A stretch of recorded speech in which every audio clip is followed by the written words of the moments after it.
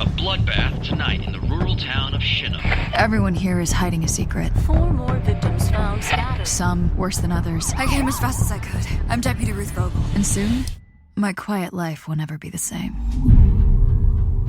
Realm presents a 30 Ninjas production, Chinook, starring Kelly Marie Tran and Sanaa Lathan.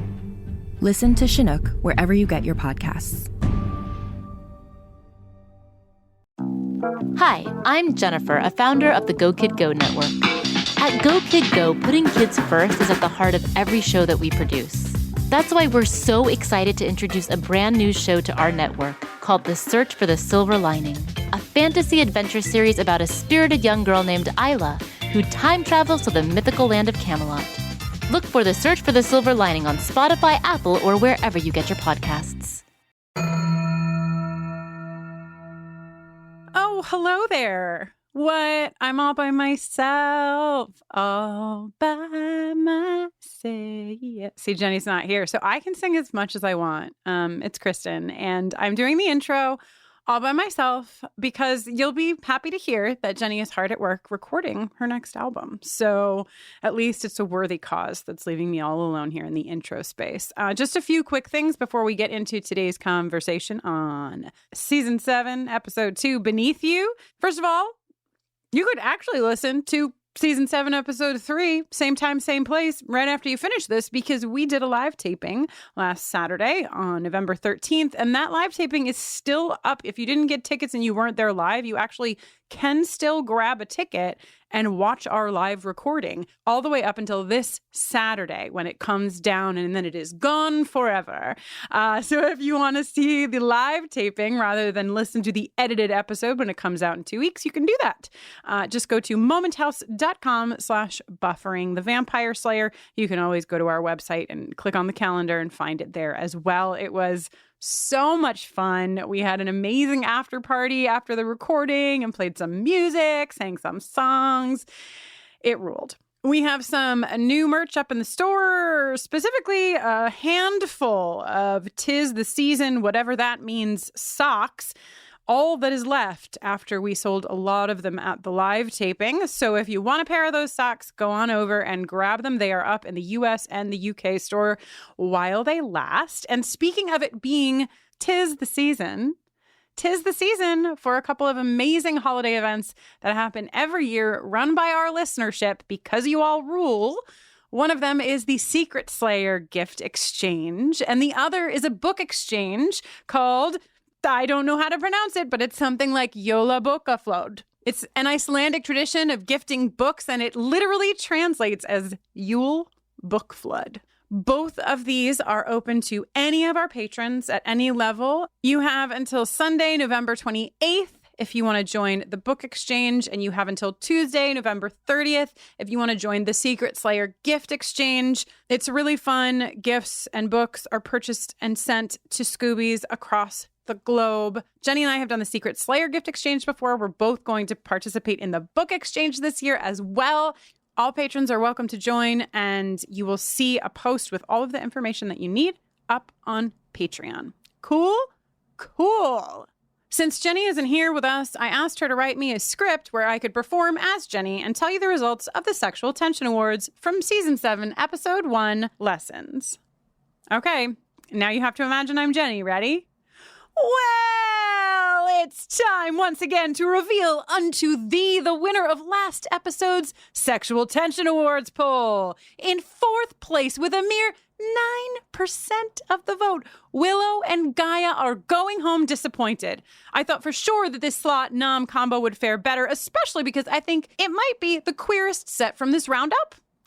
In 3rd place with 18% of the vote, and hey, I understand your hesitancy here because who exactly is this girl? It's Buffy? Question mark, question mark, question mark. And Power. In 2nd place for you, but 1st place in my heart and headcanon with a respectable 31% of the vote, it's Buffy and Principal Wood. Run dun dun dun dun dun dun dun. Right? I did a good job. Now, if you'll excuse me, I need to go read some fanfic. But first, it is my honor and privilege to tell you that the winner of the Sexual Tension Award for Season 7, Episode 1, Lessons, is Tony Head and staying home with 42% of the vote. Thankfully, with the cash prize associated with winning the Sexual Tension Award, Tony will be able to build an addition onto his house so we can all go and have a slumber party. Hooray! There ends my impression of Jenny Owen Youngs. I didn't give you too many Jennyisms. It is an introduction. And with that, I'm going to usher us along into the episode so that you don't have to hear me impersonate Jenny anymore. You can hear Jenny herself talk about this episode.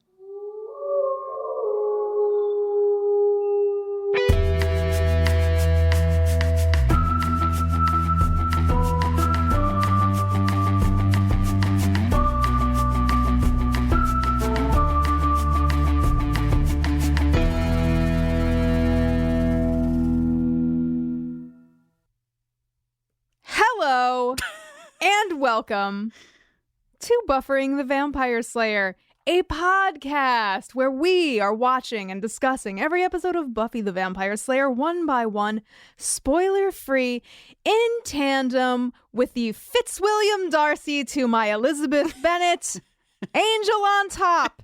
They say mean things, but in their heart, I know they just want to invite me to live forever in their impressive manse on their sprawling estate. I'm Jenny Owen. Wait, did I say angel on top?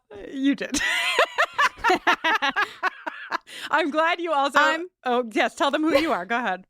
I'm Jenny Owen Youngs. And I'm Kristin Russo, and I'm really thankful for your explanation because I did not understand the reference. I'm probably one of 4 people who didn't, but I'm right here with you, so I'm glad to know what the reference was. Didn't know if you were being nice, mean, didn't know if we were nemesis. I didn't know what was going on. Anyway, this week we are here. It's the 2nd episode of the 7th season. It is called Beneath You. In case you missed it, it's Beneath You. As Buffy will say a few times, it is beneath you. But where and from what will it be doing from that vantage point? It's beneath. Stay tuned at the end of this podcast every other week for an original song written by Jenny Owen Youngs, recapping the Buffy episode that we are discussing. Beneath You was written by Nick Mark and directed by Doug Petrie. Originally aired on October 1st, 2002, just 53 days before my 21st birthday. Swarms of crows starting to accumulate in the various far-flung corners of the darkening sky. Harbingers of what was to come. Okay. Did you use the calculator that our listener Meg sent in to get that exact calculation, or did you just have it on hand? I just had it on hand because it's so close, but I'm going to be using Meg's calculator most of the time. We asked last episode. Thank you, Meg. Thank you, Meg. We asked last episode for a birthday calculator for Jenny, and listener Meg, not disappointing anyone ever, sent us a calculator. So now we have that. God bless. This is the one where, according to IMDb, a giant worm-like creature begins stalking a young woman. As the gang begins to investigate, they realize its appearance in Sunnydale may be linked to ... Anya. Anyanka, really. Kristin, I'm pretty sure this is the one where from beneath you, it devours. I'm pretty sure you're right. This is the one also where we're in Germany with some very intense techno music at the top. And the first thing I thought, Jenny, I don't know if you had this same thought. We're both children of the 90s. But I was like, oh, this is definitely Run Lola Run. This is Yeah, this is a very clear homage. Yeah. So if you are not familiar, Run Lola Run is a 1998 German film, and it was massively popular in the late 90s and early aughts. And so huge indie smash starring Franco Potente, whose name I may be mispronouncing. Nice. German and German adjacent listeners, please feel free to let us know how poorly I have said her name. She has dyed bright pink hair and spends an entire film pretty much running. I had forgotten what the plot of the film was. I just remembered her hair, the running, and a soundtrack comprised largely of electronic music. Right. That's also what I remember, just for the record. Right. So But I read the Wikipedia summary to refresh my memory and was pleasantly surprised. I don't want to say anything about it because I don't want to ruin it for anybody who might be inspired to go watch it now, but I would say go check it out. Hell yeah. It's cool. Now, one main difference between the titular Lola and the individual we are introduced to in this cold open is that this new person is being chased by more of these hooded Ghostface figures. Ghostface. Okay. And they do a little, unfortunately, grab and stab. This time we kind of see, I mean, technically we don't actually see it, but they give us a shot of her dying, essentially, more than we saw in the last episode. The last episode I was like, but did they get her? Because who could know? They got her, and in her last moments, she looks directly into the lens belonging to the DP of Buffy's dream and says, "From beneath you, it devours." Oh, well, you better write that down because we may not hear it again, and it seems like an important note to Yeah, be aware of. you definitely don't want to forget that, and you won't be reminded of it over the next 40 minutes. Buffy is screaming. It is definitely not Buffy screaming. This is like some canned scream. Like, this is, I mean, it's not Buffy. That's not my Sarah Michelle Gellar. No. Dawn is waking her up because this is a dream that she's had. Obviously, I mean, maybe not obviously, but I think it's kind of clear that these are vision dreams. These are not just in her subconscious, or maybe they're in her. When was the last time Buffy had a vision dream? Well, the one I remember most is the one with Faith and the cat, but it kind of obliterates all other vision dreams for me, so that might not be accurate. The one that truly matters. Didn't they had a vision dream in Restless, right? Mm-hmm. Anyway, Dawn wakes up a screaming Buffy, and Dawn's like, "It was just a dream, right?" And Buffy goes, "From beneath you, it devours." I find it so hilarious because it just seems like a really intense thing to say to your younger sister when she says it was just a dream, right? From beneath you, it devours. Okay. Yeah, and then Buffy says, "There's more like her, Dawn, out there somewhere." She moodily moves to stare out the window. Out there. And they're gonna die. Kristin. Girls are gonna die. Nice. Very good. Okay. Well, elsewhere, somewhere else in Sunnydale, the world's largest gopher is tearing up lawns and asphalt with absolutely no regard for anyone's landscaping, the time, energy, effort, money that they've put into manicuring their lawns. Wow, you just made me realize that the effects of this are so similar to the effects in Caddyshack. A little gopher. Oh. Imagine that was the reveal the whole time, that Ronnie was not a worm. He was actually just a gopher. But just a great big gopher. Great big gopher. It's a worm. My note, Jenny, as you might imagine, is it's a worm. It's a worm. It's a great big worm. Wow. Yeah, so I mean, just a little note on giant worms.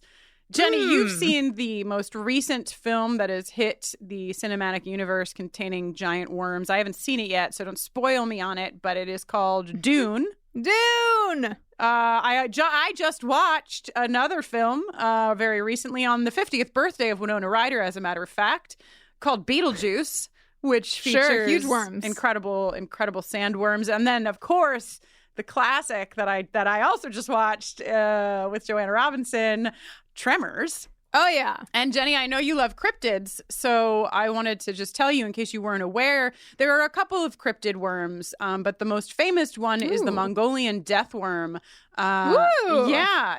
The word for it, which I'm sure mispronounce in Mongolian, is Olgoi Korkoi. And it is a giant worm that can take to land and sea and will surprise attack cows. Just jump right out of the water, swallow a whole cow, and then go right back under from whence it came. So no muss, no fuss. There's a lot of, and you know, I'm imagining that if you listen to this podcast, you know what a cryptid is. But Jenny, you want to tell them what a cryptid is? It's just in case. What if they don't know? Well, I'm so glad you asked, Kristin. A cryptid is an animal such as Sasquatch or the Loch Ness Monster that has been claimed to exist but never proven to exist. Mm-hmm. Well, I don't need proof personally, so...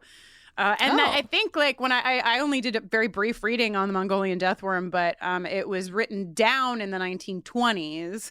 But the reason that, the reason that cryptids are reported, the reason that these stories are written down is usually because a lot of people have fucking stories about them. So there were a lot of stories about this Mongolian death worm. And that's your worm segment of this podcast. Ooh, yeah. Worm segment.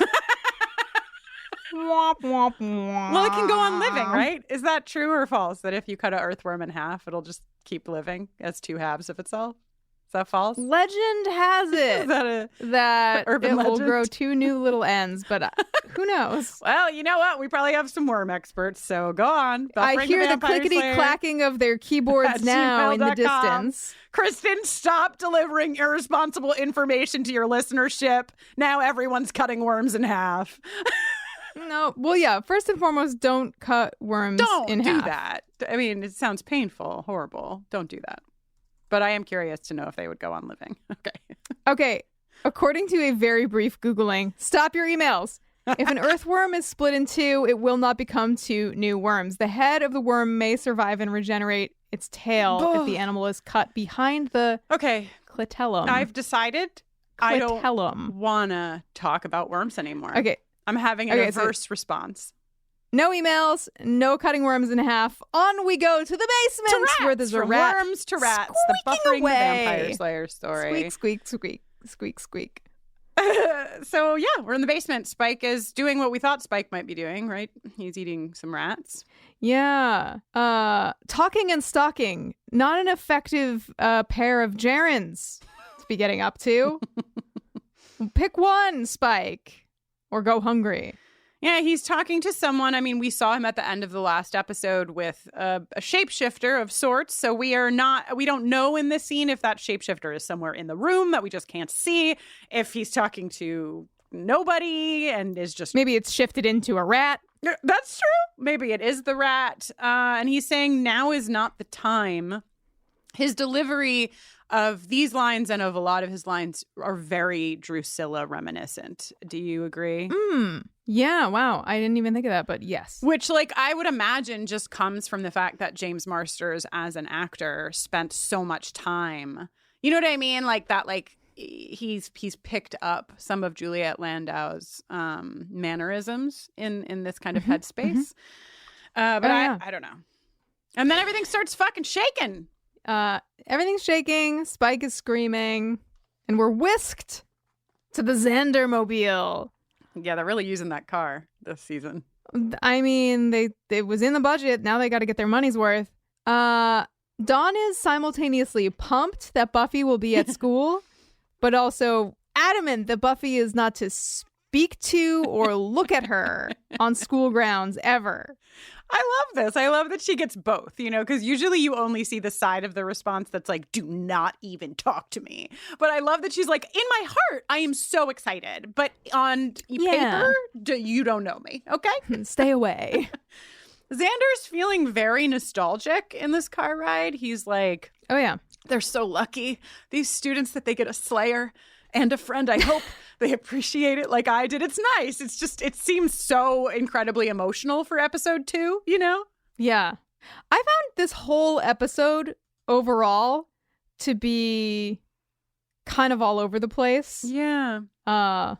Peaks, valleys, disjointedness. I wonder, but it also contains so much important stuff. It does. I mean, the last scene of this fucking episode is pretty massive, and there's a lot of Spike and Buffy stuff throughout that I think is really important. But I was wondering about it too because, we talked last episode about the fact that season 7, episode 1, Sunnydale High School is back. They're doing a lot of callbacks. They're doing things that we haven't seen in a while, and this really felt like a very Monster of the Week episode in a way that we don't see as much now. This deep into the series, which in its own way is a callback to the first season.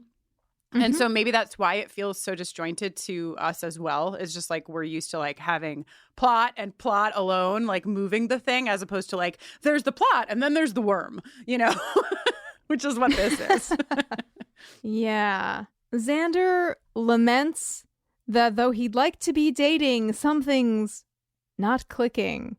Buffy has a mature response to this and is sort of just like, listen, what happened with you and Anya is a really big deal. And it's not something you're just going to like bounce back from. And I like that because it takes into account that even though like Xander was the person who caused the harm, I mean, to put it simply, that it was a traumatic event for both parties and that neither one of them is going to be able to emotionally heal quickly and start dating again in any kind of way that's like, you know, they need healing. They need time. Yeah. I like that. And this is just a, you know, everybody's talking about dating demons. Buffy calls out Dawn's Halloween smooch-a-thon. Love that Hell word. Yes. With a vampire. And it's a little more fun towards the end than it was in the beginning when we were thinking about Xander and his trauma from leaving Anya at the altar. And we also hear tell that Anya is trolling for scorned women at the Bronze. Yeah, and the last time we saw her, we had Hallie telling her that like she was not doing a good job as a vengeance demon. So, guess she's doing a good job now. So, Principal Wood, hooray! Principal Wood. I love to see him. Everyone was a little upset with us last episode for not nominating all of us and Principal Wood. And like, ooh, fair. It's super fair. Huge mistake, but also secretly, perhaps I failed to do so in order to save him all for preserve him yourself. for myself. That's right. We get a little Flutie reference in here. We get a little Buffy's pumped to give detention. She doesn't know what her job is. She doesn't know why she has it. All valid questions, in my opinion. Principal Wood makes one small misstep when he makes a joke about beating students, which I could do without. Well, I mean, yes, of course, so could I. But like the way that he says it, it's obviously he's just talking about like they respond well to discipline and not friendship. You know, he's just being like dramatic about it. I mean, at least that's the vibe I got.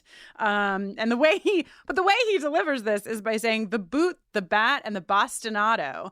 And he's like, nobody ever gets that joke because nobody ever knows what the last thing is. And Buffy's like, they used it in Turkish prisons. It's a rod. It's actually can be really useful as a blah, blah, blah, blah, blah. Like gives him the full book report on what this instrument is.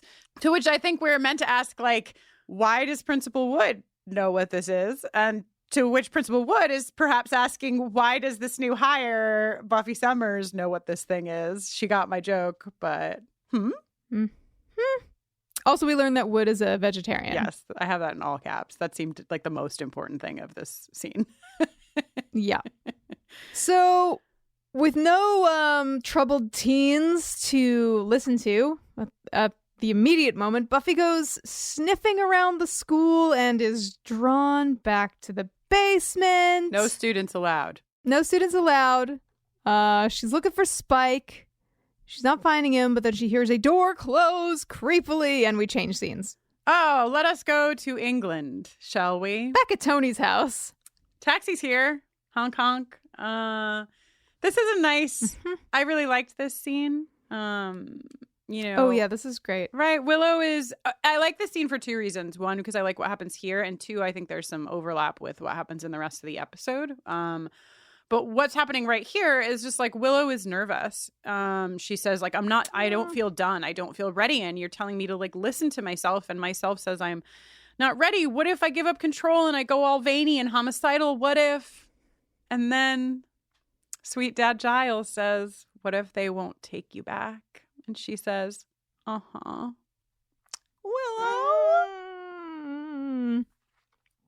And Giles tells her that he cannot guarantee that she'll be wanted, but she will be needed. Trust yourselves, and the others might follow. Some good dad shit. Yeah, and then just in case you didn't get enough good dad, he opens his umbrella to hold over her to walk her to the taxi. Come on. Yeah, it's nice. And the thing so I put an asterisk next to "you may not be wanted, but you will be needed," because that line feels important even just in this exchange. But then later with Spike, it felt like very much sort of his motivation. A part of his motivation was like, like he knew that he wasn't necessarily going to be wanted, but he felt like he was needed for this fight. He knows that there's something like rumbling under the ground. Probably more to say about that, but I just thought like, Yeah. Well, somewhere on the as yet uncorrupted sidewalks of Sunnydale, a brunette woman is walking a small dog that I think is a Yorkie. However, a hole opens in the sidewalk and the dog is eaten, and I hate it. DoesTheDogDie.com. Yes. Yes, it does. Or it does. And maybe it doesn't. I mean, we don't know that it's dead. Maybe Ronnie just pulled it down there for some company, and there was a little worm walking a little Yorkie down underneath the ground. oh my God. You don't know. We don't know. A question I have about the entire arc of this episode is when Ronnie is changed from a worm to a person, if he did eat Rocky, does he still have you know what I mean? Does his human body have Okay. I don't. Well, it's a great leash pull. That's my note for this scene. Great leash pull. Great leash pull work in this, where Rocky is dragged underground and as yet named brunette character is sort of dragged along the sidewalk by the dog's leash until she reaches the hole in the ground. Eek. She then goes back to the Summers living room. This is very reminiscent to me. Well, she runs away from the hole and runs directly into Xander, who I feel like is too close to have not seen the worm. anything that just happened, but okay. Right. And he's like, let me take you to the living room of the Summers home, which to me reminds me a lot of, this scene is very like Angel Investigations, Like, we don't see this a lot, a civilian like sitting down and being like, and then I saw a worm. And do you think I'm crazy? Right. No, ma'am, we understand. We live in Sunnydale too. It's like very like detective-y. So this girl's name is Nancy, and Xander is taking it upon himself to attempt flirting with her. She's convinced nobody will believe what she saw, but they're like, oh, Nancy, we've seen things. Nancy starts describing the rumbling, and Buffy says, from beneath you it devours. At this point in my notes, I'm just writing FBYID. Yeah, because she never says like, she never sets it up. This is like the second time that she has not set it up. She's not like, oh, I had this dream, and in the dream they said from beneath. She doesn't say anything. She just says to Nancy, who she's only just met, from beneath you it devours. Buffy! Nancy, catch up. Be chill. God, you're scaring everybody. So then, straight from the salon. Oh, yeah. Here is a newly peroxided in a Jennyism Spike. Did he go to the salon for a cut and a root touch-up? I think so. I don't think he did this himself, but also he seems blonder than he's ever seemed. I agree. I mean, I don't. If it was just really, really blonde, I would think maybe he did it himself. But since he has such a new cut, I don't think that he would be able to do that. He can't even see himself in the mirror. Oh, true. So yeah, I think he went to the demon salon, and they were like, "Man, you need some help," and they just went hard with the peroxide. So he's also wearing a bright blue shirt. And it is tight. Very. Form-fitting. Mm-hmm. Unsurprisingly, Xander is none too happy to see Spike darkening this particular threshold. He's not. And Dawn is also leaning into the way she was upset at the end of the season last season, where it's like, you didn't tell me this again. Like, she's always so upset about finding things out after the fact. So for Dawn, it's like she's upset, but she's doubly upset because she's asked Buffy to communicate more clearly in the past, and Buffy is still doing the same shit and keeping stuff close to the chest. Dawn says, you only let us in whenever you want. Yeah. Now, what I really like about this scene is that after Dawn's like, why? You didn't tell me that you saw him in the basement? Buffy's like, things were insane in the basement. And Nancy is like, okay. And Buffy's like, I saved your life. And Nancy's like, okay, I guess. Yeah, that's like one of the best ways that Nancy is used in the whole episode is the role of the outside observer, just coming in and being like, I knew Sunnydale was like a little off, but what the hell are you people doing? Mm-hmm. Buffy mercifully decides to have the rest of this conversation privately and pulls Spike into the foyer. Yes. Buffy says, don't say you're sorry. And Spike says, I didn't come to atone. I came to help. That's where I wrote down like, you may not be wanted, but you will be needed. Like, where are these things kind of like overlapping? And I'm just going to like put a little pin in this moment and talk about this a few more times as we go through the episode. But when we aired Seeing Red, it was a 4-part episode. And one of the episodes that went up on Patreon was a conversation between myself and Alba and Jess Clark, who you've heard in other episodes and may have already heard in the Patreon feed. We're re-airing that episode next week in between episodes 2 and 3 of season 7 of Buffy, because I think that the conversation is very, very relevant here as well, because Spike has left and has gotten a soul and has come back. And there are scenes like this one that are very interesting. And I think like there's just a lot of richness in the way in which Buffy and Spike are interacting, the way in which it's written on the page and all of that stuff, where we can revisit some of that conversation and dig a little deeper into a couple of these moments as well. But this is interesting. I think like there's a lot happening here. And one thing that I want to note is that Spike is very clearly at this point in this scene allowing Buffy to set the boundaries, very much so, which is something that both of them very, very clearly struggled with last season. Yeah. Yeah, he's very much like, I'm just here to help. I can tell that something's coming. If I'm wrong, I will happily leave. Mm-hmm. And, we can forget about even if this. you don't want my help, even if you know something's coming and you're like, stay away from me, like put up any magical wards that you want to, need to, whatever. Like, this is why I'm here and this is what's up. Obviously, as we know, this kind of unspools later in the episode because, and I will say, like, because trauma is fucking tricky, and like that is not condoning any of the things that will happen later or any of the ways in which they relate to each other, but like trauma is tricky, and I think like there are moments when you are like, we'll just joke about it, or we won't look right at it, or we'll whatever, and then something happens and it just all comes crashing down again. And so, again, we'll get more into it in this like little interstitial episode next week. But I do think that some of this is handled very realistically. Yeah. Yeah. And Buffy says, everything about you is wrong, Spike. ... But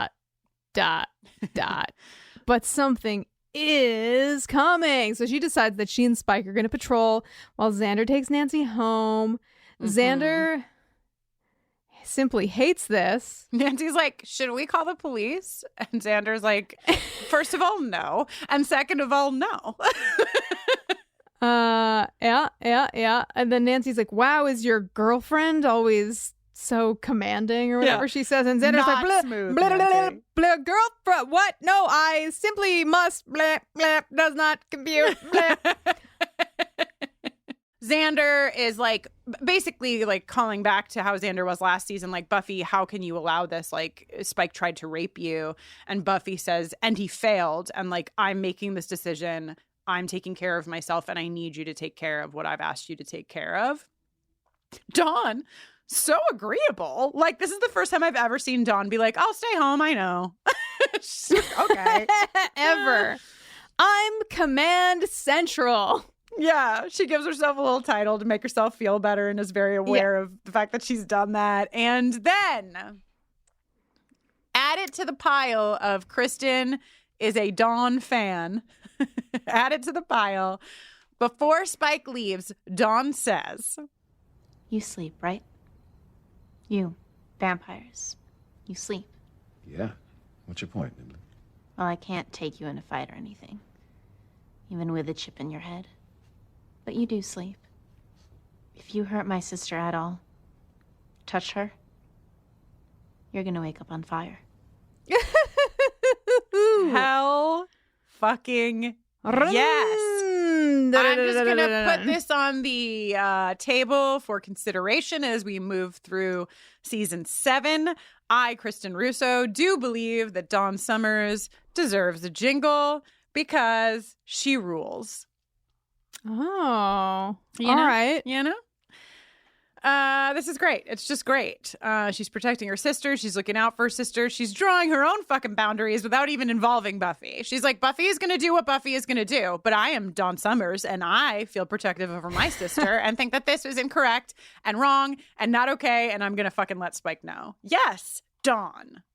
Okay, so to the hole in the street left by the giant worm. Spike mentions that he's not keen on sticking his head in this hole, and Buffy says, oh, but if something bites it off, that'd be a clue. Yeah, and this is the scene that I personally respond very well to because of this. It like starts with you just want to like Buffy is really just trying to be like, everything is fine. Like, fuck this guy and I'm going to make jokes because that's what I do. I mean, this is Buffy. This is what she does in the face of many different kinds of trauma. She makes a joke. Mm-hmm. And then it's only moments later in the scene when he's like, can you hold this torch? And it's when Buffy makes contact with Spike that then she has this flashback. As a television device, I don't think that this is cool at all because I don't think that like any viewer needs to be re-traumatized having seen this scene the first time in a way that is you cannot prepare for it because you don't know as the viewer that it's going to happen until it's like happening. So I don't think it's super responsible television wise, but I do think it's very effective in terms of like trying to not look at trauma and then like these moments when you don't necessarily feel at all like it's going to come up, that it comes up.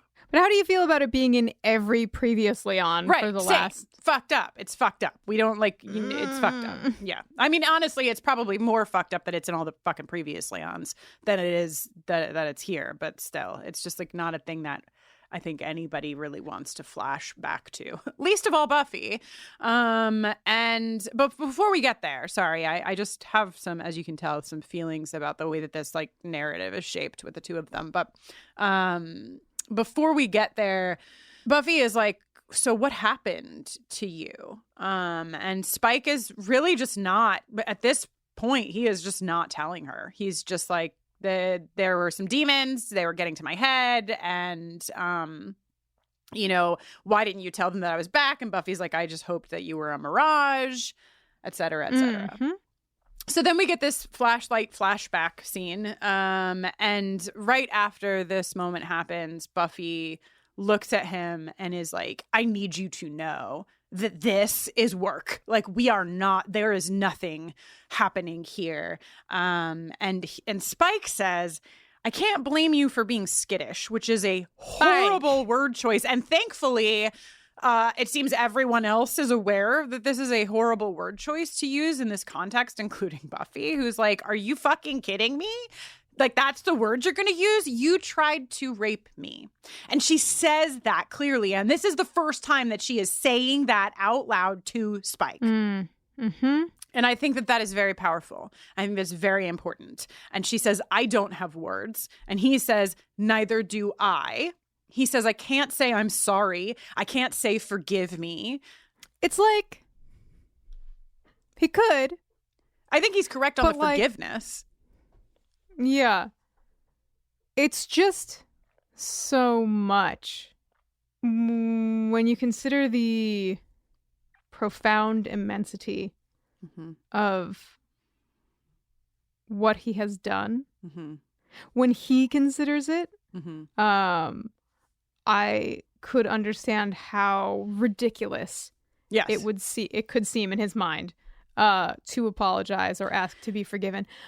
I think like even giving an apology can seem, when you have like fucked up on such a massive scale, even offering an apology can feel like asking something of the person you are apologizing to. Yeah. That makes sense. No, it does. And I think like that's what he's meaning by saying he can't say he's sorry. He's connecting that to the forgiveness. He's like, sorry. The word sorry to me implies that you would then have to also respond in some way. And that's not something that I would want to ask of you. And I mean, I think like that, he doesn't say the word accountability, but essentially that's like what I think they're working around here is like this very bad thing happened. And I know that I can't ask you to forgive me, and I wouldn't even want to ask you to forgive me. All that I can say is that I have changed. And she says, I believe you. I just don't know how. Like, I sense that something is different. I don't know what it is. And I don't know what you've changed into, right? And he's not telling her. They're not having that conversation here. But this also just feels very grounded to me in like a very real space of they have an intimate, long-term relationship. Massive harm has occurred. They are engaging with each other again. And what the fuck does that look like? And like, I'm asking that, but it's like, I think that they are asking themselves that. Buffy is like, what the fuck is this supposed to look like? And Spike is like, what the fuck is this supposed to look like? Yeah. You know, and they're navigating that, and it's messy. And I, for one, personally am here for it. It is interesting to see this being played out with the level of like complexity and nuance, and sort of like also just like nobody knowing exactly what the solution is or what the next steps are. Mm-hmm.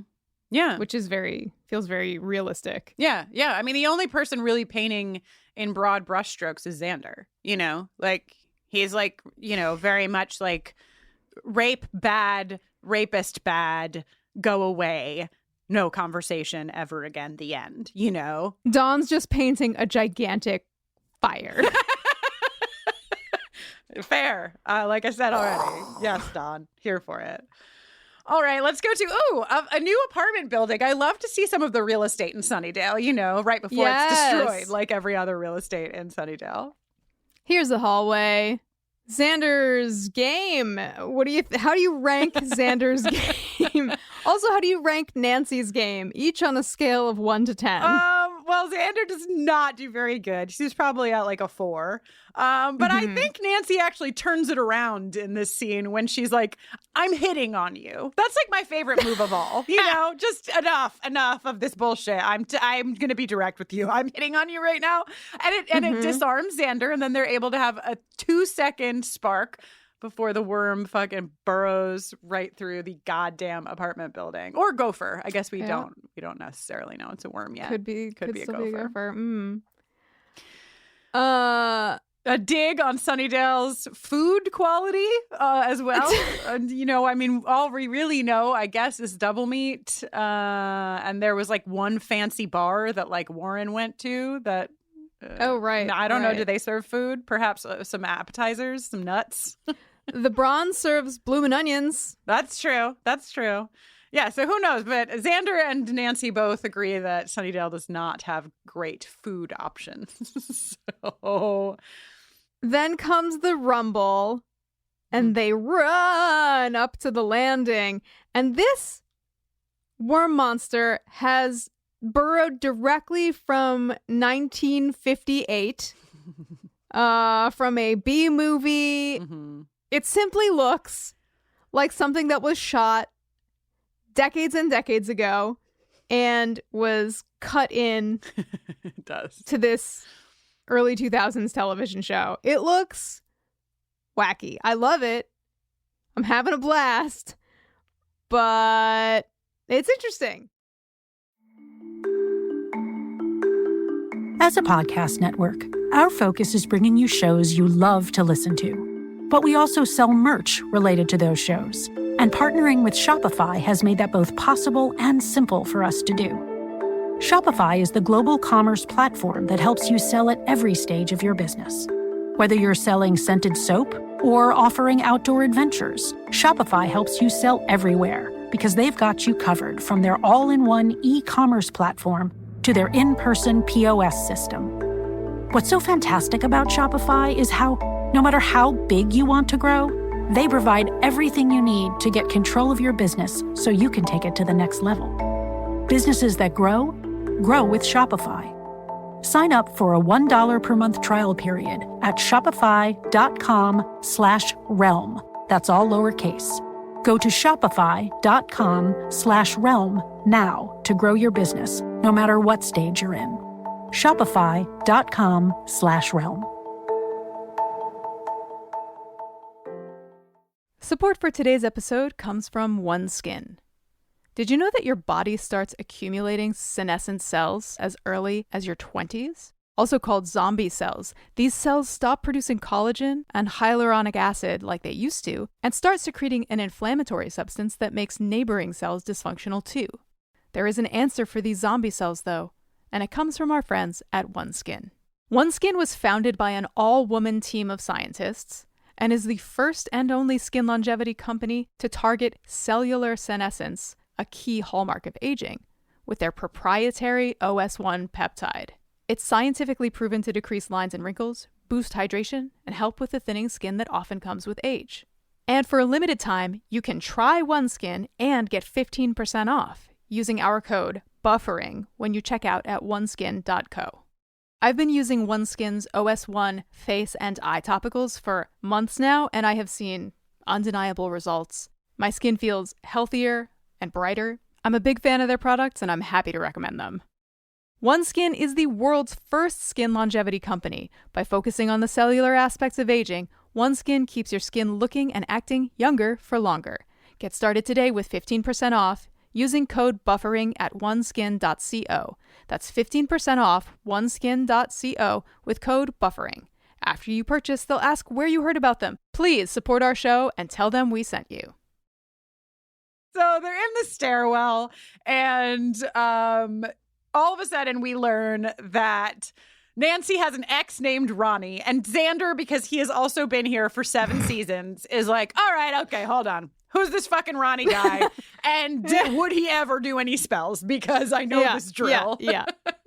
And then, Nancy freaking says, you know that feeling when your ex is ruining every part of your life and it just doesn't stop? And Xander has the audacity to say yes. Yeah, fuck you, Xander. How fucking dare you, sir? As Anya says grounds later in the episode. Bite me, Harris. Yeah. But what we glean. I just can't even begin to try to understand where Xander thinks he's coming from when he says this. It simply defies logic. Well, actually, why don't we just go ahead and play the fucking patriarchy jingle right here? Because usually that is the thing that helps us understand the defying of logic. The patriarchy!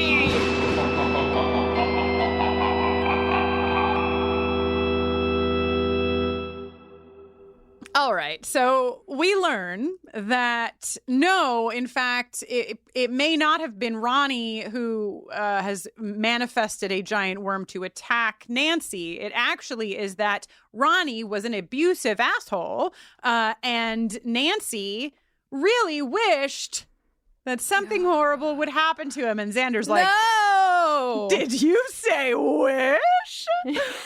Record scratch.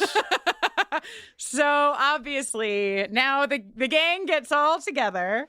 We've got Spike, Buffy. We're off to the bronze. Nancy Xander and Anya. She's looking real good, Jenny. She's looking good. You got to look good if you want to talk to scorned women. Yeah. At least in my experience. It's true.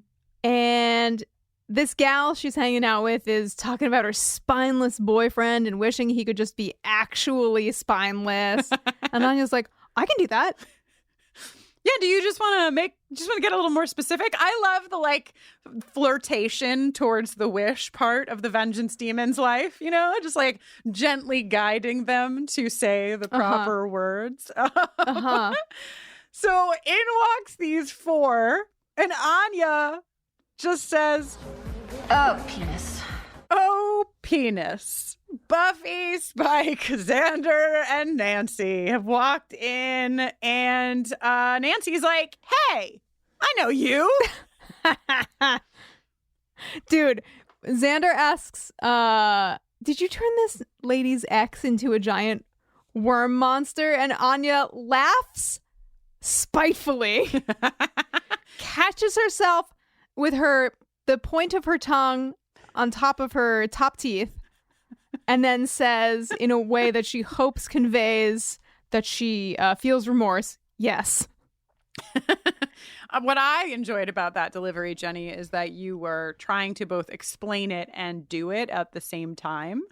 It's true. Unfortunately, podcast is not a visual medium, so no one will ever know. Only me. Mm-hmm. So, yeah, Anya has done this, and she's like, I thought we were clear on the terms. You wish, I dish. That's how this works.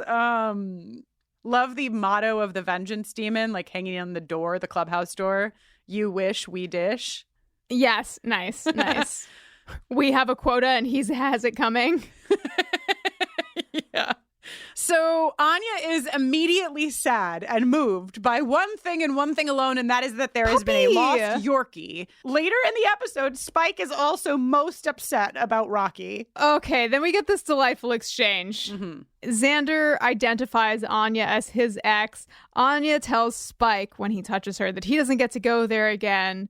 Nancy's like, hey, it wasn't Spike, Buffy's. Oh, no, it was never serious. All of this stuff. And then, is there anyone here that hasn't slept together? Spike and Xander exchange meaningful eye contact. This has to be, like, there had to be Spander conversations happening in real time in season 6 for this to be the choice here, because there were a lot of people that could have looked at each other who had not slept together. If Anya and Buffy, right? So it's Xander and Buffy. So they so in the canon that we are following, these two look at each other because they have slept together, but nobody knows about it yet, and they're like, "Oh, our little secret."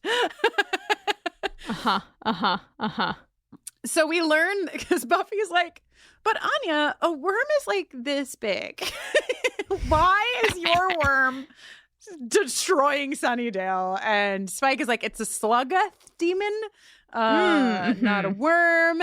And, you know, this is Anya's trying to make up for her past failures. She's overcompensating. Exactly. There's probably a really fun way to take overcompensation and something worm related and smash them together for a fun word, but I don't know what it is. Do tweet your portmanteaus at us at BufferingCast. Thanks. So then Anya's like, you wouldn't understand because you're all human. And Spike's like, not me. I'm not a human. I'm definitely still a demon. And Anya. Dude, the dawn of the lady doth protest too much, methinks. Seriously. Spike cannot. But Anya is like, oh, this is incredible Emma Caulfield delivery. She's looking into Spike's eyes and she's like, oh my God. Oh my God. And then she's like, so amazing. Like, how? You have to explain. I can see nobody else is in the room with Anya. She's just like, holy fuck, you have a fucking soul. I've only seen this happen one other time before. And that dude went to Los Angeles. What the fuck? And Spike is like, oh no, oh no, oh no. Yeah, Spike is interiorly spiraling and exteriorly. He's like, the lady must continue to protest, and punches Anya in the face. The only way that Spike can prove that he doesn't have a soul is to be the biggest asshole that he can possibly think to be. And he does a good job at that. He's had a long time to practice that and know what that looks like. Yeah. So yeah, he punches Anya in the face. Anya, of course, is a fucking vengeance demon. So she immediately stands up with full vengeance demon face and is like, oh yeah? Okay. Well, let's see where that goes. She kicks him across the room. Yes. Then he and Buffy exchange punches. This is like... Buffy's like, oh, this is when I'm going to take my shot. Spike goes lower than anyone ever needs to go in referencing. This is so bad. And Nancy, as disgusted as the fucking rest of us, is like, you're all a bunch of fucking freaks. I'm fucking out of here. I don't even care if there's a big worm after me. I can't stand it anymore. Nancy out. Spike, I haven't changed. Ha ha ha. I'm the exact same Spike as I was in previous seasons. In fact, I'm doing my best season 2 Spike impression right now. Yeah. I'm so bad. So then Xander's like, not to like interrupt everything that's happening here, but Nancy's gone and there's a big fucking worm after her. And Buffy's like, God damn it. You know, because like all she wants to do is just clean the floor with Spike's fucking face. But she knows that she's been chosen to, you know, help people before killing Spike. So, well, technically, maybe she's kind of been chosen for both, but we can debate that later. So she leaves. She goes after Nancy. Nancy is outside just like shuffling, just saying like freaks outside. She's so mad. And she then, of course, is being chased by the worm. Ugh, up a fire escape ladder she goes. Buffy running across the rooftops like friggin' Batman. Fucking Batman and Spike Robin, following except her. it's Buffy and Spike up there tip-tapping up on the rooftops. Yeah, I love that, actually. We don't get to see running on rooftops very often. Okay, are you ready to be disgusted? Yeah. Xander is pressuring Anya to reverse the spell. Anya's like, I'm in trouble at work. And my life was great until you left me at the altar. And Xander has the gall to say, and sooner or later, Anya, that excuse just stops working. Xander, I want you to go into the timeout corner. And I want you to stay there and think about what you've done and think about what you have said. And I don't want you to come out of the timeout corner until something in your understanding of these circumstances has changed and evolved in some way. Yeah, I mean, I think like this is because what Xander is attempting to say here is you can't kill people without consequences because you were hurt. Right. And like on paper, that is, I think like that's how he's holding on to this logic, is that's what he's saying. Right. But the issue is that we know Xander. We've known Xander for a long time. And Xander constantly does this thing where he holds up something that someone is doing that is worse than what he did, in his opinion, to get himself off the hook. And that's kind of like the heartbeat of this, I think, for a lot of us who see it. Because on paper, he's right. Like, Anya can't just go kill people and it be okay because she was hurt. That's true. But also Xander does not have he just doesn't have a fucking leg to stand on in this fight. He should not be the one having that conversation with Anya. And the only reason he is because he wants to feel better about the shit that he did. Anyway. But hey, Tarzan how about and Jane a out little Tarzan here? swing to boost your mood? Swing right on over to the old trash heap. Spike shows up and is all, leave the violence to the demons, the bad demons with no souls, just like me. And says also, Big Bad's back and looking for a little death. Unfortunately, contrary to plan, Anya apparently undoes the spell and Ronnie morphs from a worm into a naked man just in time for Spike to impale him with a metal rod. Yeah. Recoiling because the chip is apparently still fully working. He's got a soul and a chip. He's got the full platter. This undoes all of the posturing that Spike has been attempting to do here, right? He's like, I'm just going to get my hair cut and I'm going to put on a blue shirt and then it'll be fine. And then he's like, oh no, what if they find out that I have a soul? I will be evil. Look at me. I am evil. I am so evil. I could not be more evil. But then he hurts a person and it isn't really about fucking Ronnie. I mean, I don't think any of us give a fuck about Ronnie. But for Spike, it's just a trigger. It really is just a trigger of like unleashing all that he's been trying to hold back, which is this onslaught of memories of all of the harm that he's caused over his 100+ years as a vampire. And he just completely loses it. And he's saying, right, wrong, help me. He has this moment where he screams, no need to shout. And like, I'm assuming that this was a blend of James Marsters and Doug Petrie, accolades to both, because the amount of time that he takes to extend the word shout is incredible, followed by like this James Marsters laugh that is just, it's just really effective to let you know that he is absolutely not okay in any way, shape, or form. He's ping-ponging all over the place. He's screaming, he's chuckling, he's twirling his little stick. He is referring to the headliner and saying all will come tumbling down in death.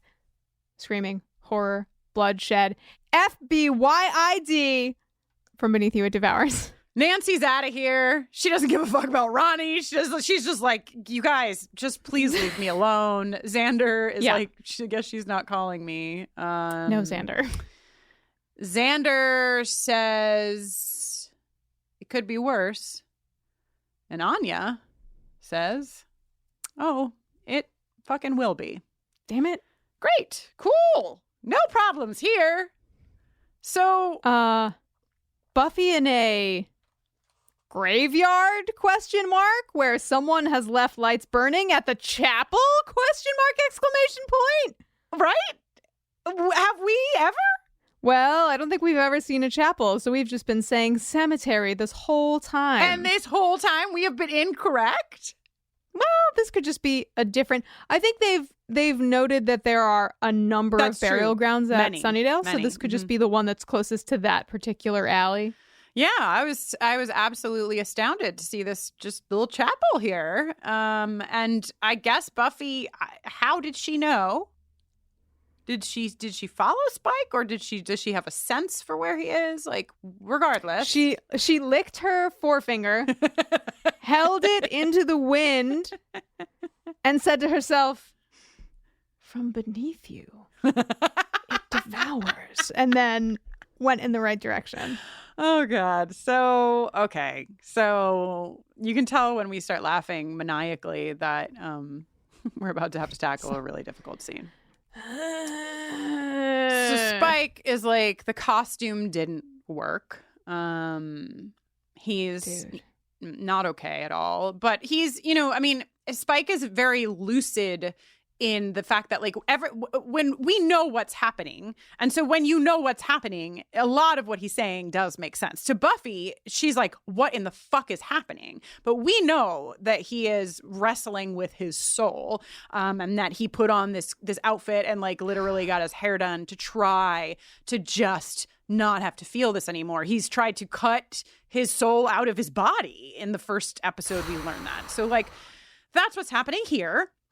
Kristen, I don't like it. Yeah, I don't like it either. Jenny's just looking at me like, can you just talk about the whole scene? He's patching together fragments, right? And this first part in my analysis, and like, it's just whatever your brain does with it. But he says this thing that is very upsetting to hear, which is flesh, get it hard, service girl. And if you follow what he's saying, he's sort of like recounting their entire relationship from in like a linear form. Again, this is like my analysis, but it very much feels to me like he is talking about, because there was, and it was in the previously ons too, there was a span of time in their relationship, a rather large part of their relationship, where Spike was in love with Buffy, and Buffy was admittedly just using him to forget herself, like using him for service, basically. And like, he's saying, like, this is how this began, and then I understood that it couldn't be more because of who I was and how I was and what I did. So that's how I heard this part. I don't know, Jenny, if that's just totally off the rails for you, or if that's where you are too. I wasn't thinking about it like that, but I do think that is very interesting. And I'm getting on board the K train to town. Yeah, I mean, regardless, this is awful, but I'm pretty sure that we're just going through this, like, journey through Spike's mind, and that's where he is when he's saying that, and then he's talking about the spark. He's referring to his soul as the spark, to give us a little more time with Buffy not knowing, and He's just like, there was no spark, and I knew that it wasn't going to fit. It wasn't going to fit if I didn't have this spark. And she's like, what in the motherfuck are you talking about? And he's like, I can't say it with you looking at me, which personally shatters me. I mean, this whole fucking scene is really, really hard to watch. And he says, I dreamed of killing you, but you make me weak. I mean, essentially, like, all I want is for you to, like, be okay. And when I think of anything bad happening to you, it destroys me. We get a little fucking Angel reference. Love to hear it. Angel should have warned me. And that is what does it for her. As soon as he says, Angel should have warned me, she's like, what? This fucking guy. This is 2 for 2. I've got 2 vampire boyfriends with souls? What did I do to deserve such a thing? Oh my God. Sorry, I just tried to give us a little lightness in this heavy stew. So, okay, so we get to this line, Jenny, which I think let's just spend a minute on, right? He says, I wanted to give you what you deserve, and I got it. And a lot of you wrote into us at the end of last season because we were like, did they not tell James Marsters and what have you? And a lot of people were like, I've always read it like he wanted to go there to become more evil, but the demon that he went to knew that what he truly wanted, even though he wasn't aware of it, was his soul. The reason that we didn't talk about it quite like that is because of this, essentially, that like he seems to use his own words to say, I went there to get this because I knew you deserved somebody with a soul. But I guess you could read it either way, even still. It's so complicated because the television show is linear, right? And this always felt to me like reading it like flatly without like my interpretation of the performances, just reading them from the screen, was always like, oh, he wants to get the chip out. He wants to be Mack's evil Spike. Right. And then the demon was like, ha ha ha, I'm a demon, so I'm going to right. mischievously return your soul to your body. Now, on this watch through, and with the kind of input from people like those who wrote in to say like that Spike's conscious desire and Spike's subconscious desire were at odds, and like deep down he wanted to be a better man, but like his present consciousness was unaware of that desire or unable to access it, right? I really like that interpretation best, but it does not dovetail quite so nicely with this text. Yeah. However, because of the beauty of the writing of this scene and the performance, I'm willing to let it go and hold 2 conflicting things in my mind at the same time. Yeah. Can I tell you, Kristin? Yes, please. That apparently, according to an interview that James gave, this scene was shot with somebody directing, I assume Doug. Joss watched it and was like, this sucks. And went to James and was like, you were not directed properly. Oh, wow. We're going to reshoot the entire scene, which is like at least another day's worth of work just for this scene, which from James telling it sounds like is unheard of, budgetarily and time-wise. They already, were known to be a show that had a more demanding shooting schedule than most. Right. But apparently the first time around, James was just like going for it a lot harder. And, we'll never see that probably. But if this is what we get for an extra day's work, I think the subtlety and the complexity and the nuance that we get out of James's performance in this version of the scene is like, devastating. It's absolutely devastating. There's like, even like watching it, it's devastating. When I'm like writing the words down on the page, it's devastating. As a person who is also very precious about things that I create, I like definitely understand. When you have something that is as important as what's happening in this scene and it doesn't feel like it is doing the thing you need it to, like, I mean, I have a lot of room for understanding, like, fuck the budget. It has to be right. This is a massive scene. Massive. It is such a big deal for so much, for everything that has come before and for a lot of things that will come after. This scene is incredibly important. And, Buffy says out loud, your soul. And Spike is like, it was a bit worse for lack of use. It's what you wanted, right? And then he's sort of like giving a voice to the fact that there's all these voices in his head. There's him, there's it, the other, the thing beneath you, still here. That guy's still here. And BY. And he's saying they all just tell me to go to hell. And I'm going to play this sound clip because we've been talking about how powerful this scene is, and I think that we should just listen to this last bit with Buffy saying why. Why? Why would you do that? Shame on you. Why does a man do what he mustn't? For her to be hers.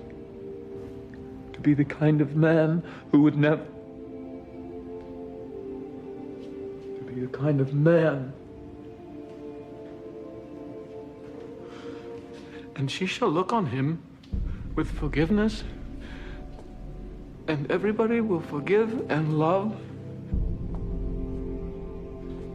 and he will be loved.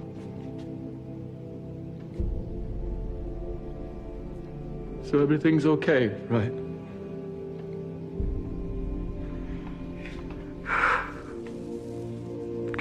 Can we rest now? Buffy.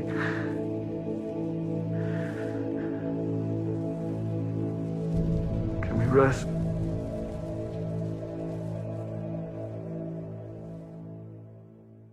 So, yeah. An absolutely brilliantly stunning performance. A gutting scene to watch. We see, in case you don't remember and you didn't rewatch, we see Spike leaning his whole body on the crucifix or cross in the church. And so there's just smoke coming off of his body, his burning body, as he's laying on this cross and just saying, like, I need love. Is really, like, if you like whittle it all down to its smallest core, it's just like I need to be loved. I can't feel like this anymore. I don't want to feel like this anymore. And it is really upsetting. And Sarah Michelle Gellar, as always, is also stunning in a scene where she has like 2 lines and she's just taking this all in. And moving through whatever she's moving through, having experienced the trauma that she's experienced, but also but also inevitably holding that trauma in one hand with the fact that this is a person deeply suffering, deeply suffering. And that's where this is complex. Like, not to hit it over the head too many times, but it's just like, it is complex. You cannot either or this. It is not an either or. It is very complicated. And this scene is exactly that. And I think it is probably one of the more brilliant scenes in the series, in my opinion. Yeah. You know.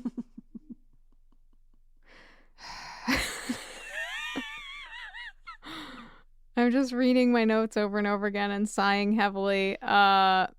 For me, the line is, they put the spark in me and now all it does is burn. How fucking dare you? Beautiful writing, too. Like, you have to give credit because, like, obviously we've talked about the performance and we've talked about the direction, but, like, the written words are...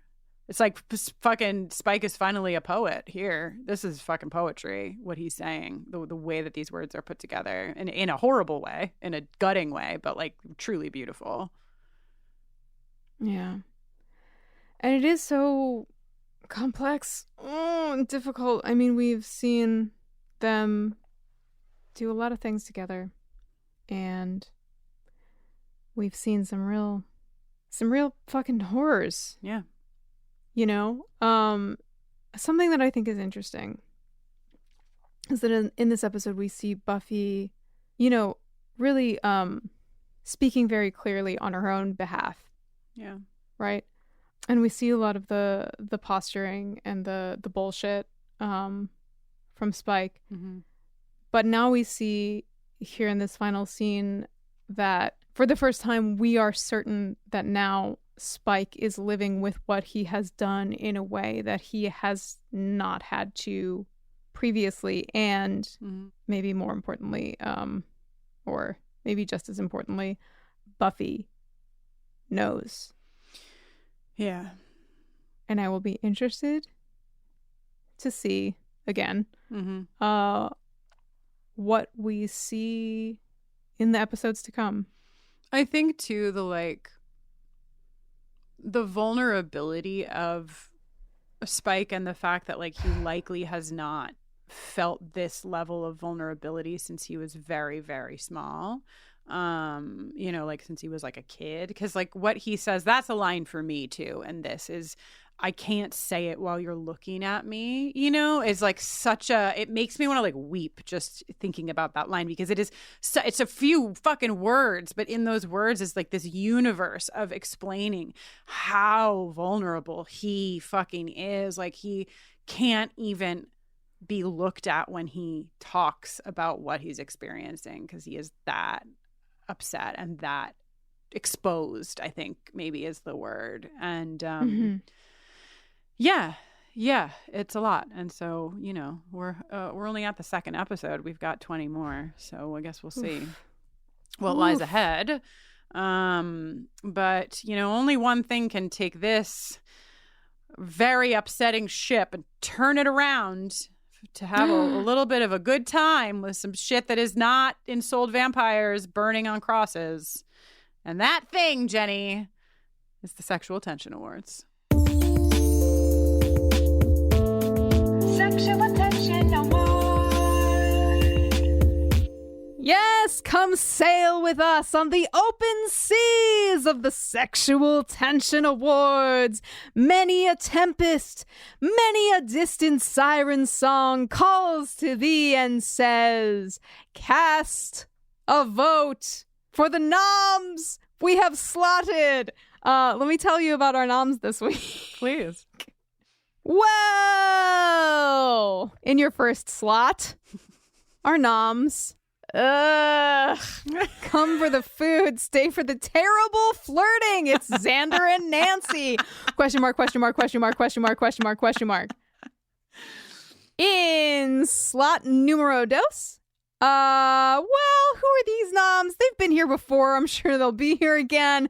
A forbidden love that dare not speak its name aloud. It's Xander and Spike. I mean, they're really competing in this episode for a win. I'm just going to say it. Yeah. They want that victory. In slot number 3, sometimes two entities share a magnetic attraction that is undeniable. They simply can't stay away from one another. And it is such with this pair of nominees. It's Buffy and the phrase, from beneath you it devours, FBYID. I am so thrilled that it got an acronym so that I can fit it inside of the Twitter poll. It's really working out for me. And in the fourth slot, another human individual and sort of concept or idea coupling. Mm-hmm. The passion here, too, is hot. Flammable, to say the least. Mm-hmm. It's Dawn and Spike's imminent death by immolation. I'll try to figure out how to fit that into 7 characters before this post goes live. Please. Oh, God, we can't do it without you. We need to hear from you. We need you to make your voice heard in our democracy. Please cast your Sexual Tension Award. Vote in our Twitter poll. Find us at BufferingCast. The poll will be live from today, the airing of this episode, for 1 entire week. So please let us know whose tension you fancy.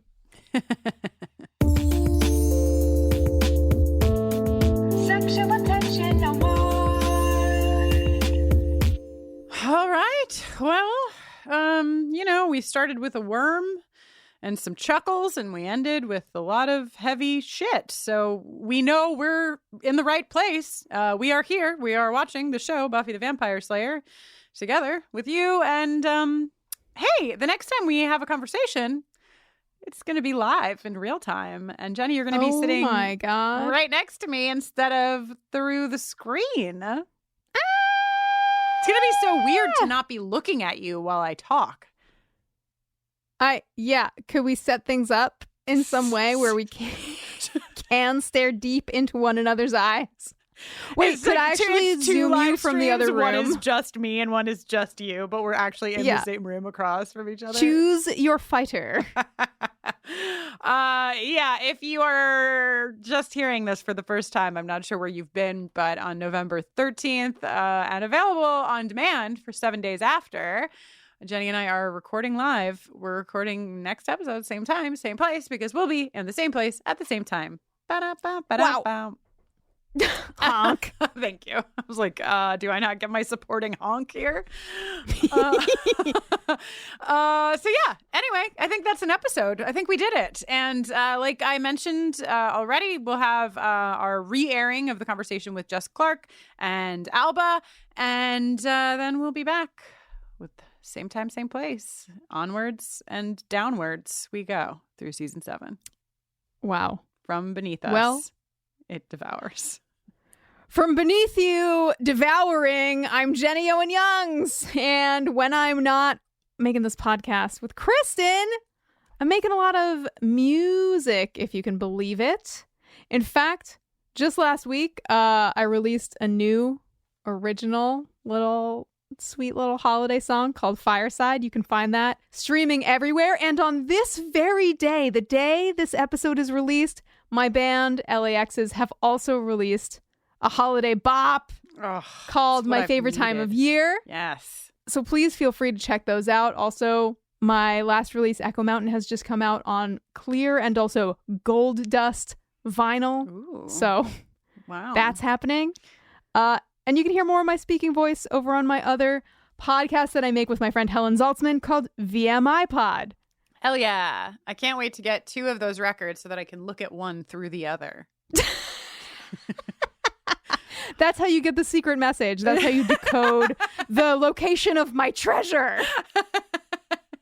From beneath you, when I'm not devouring, I am helping LGBTQ communities. You can learn about the work that I do with workplaces. Specifically, I've been doing a lot of talks at workplaces recently. My favorite, and I'm sure I've mentioned it, but my favorite thing that's happening more and more is that the parent ERG of a workplace is getting together with the LGBTQ ERG, and it brings together a large amount of the workplace. And then we talk about how to be a great parent and ally to LGBTQ people. It's beautiful and brilliant.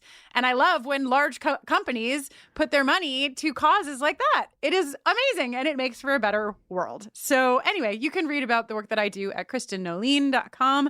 My middle name is Noeline. It is not Kristin online. KristinNoeline. You can use that spelling to also find me on Twitter and on Instagram.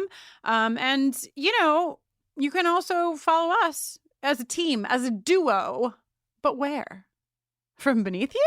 Buffering the Vampire Slayer is on Twitter, Facebook, and Instagram at BufferingCast. And you can drop us an email at bufferingthevampireslayer@gmail.com.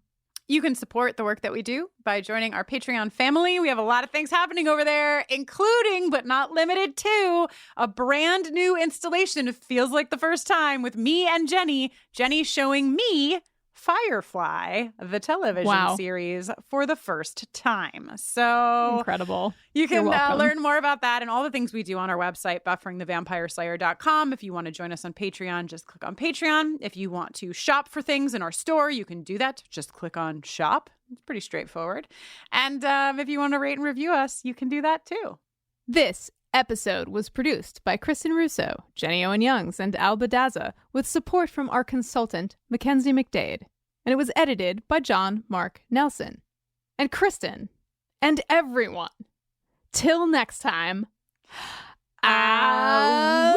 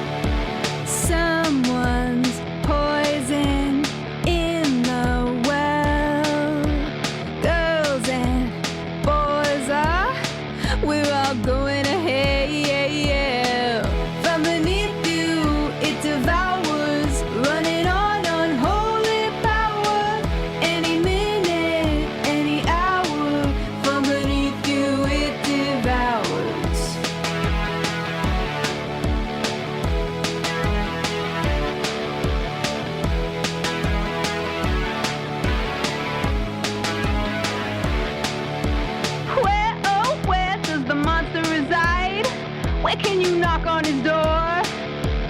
Way down deep, baby, down inside. Honey, yours molten core.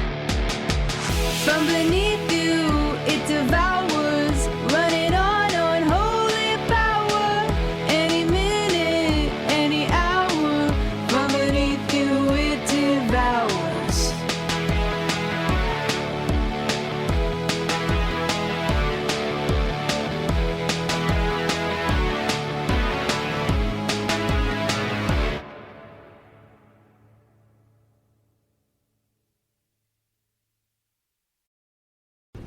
Talmor, Sheshin Marachi. Talmor is my home. My family have worked the land for generations. My gran says the island does not belong to us, but we belong to the island.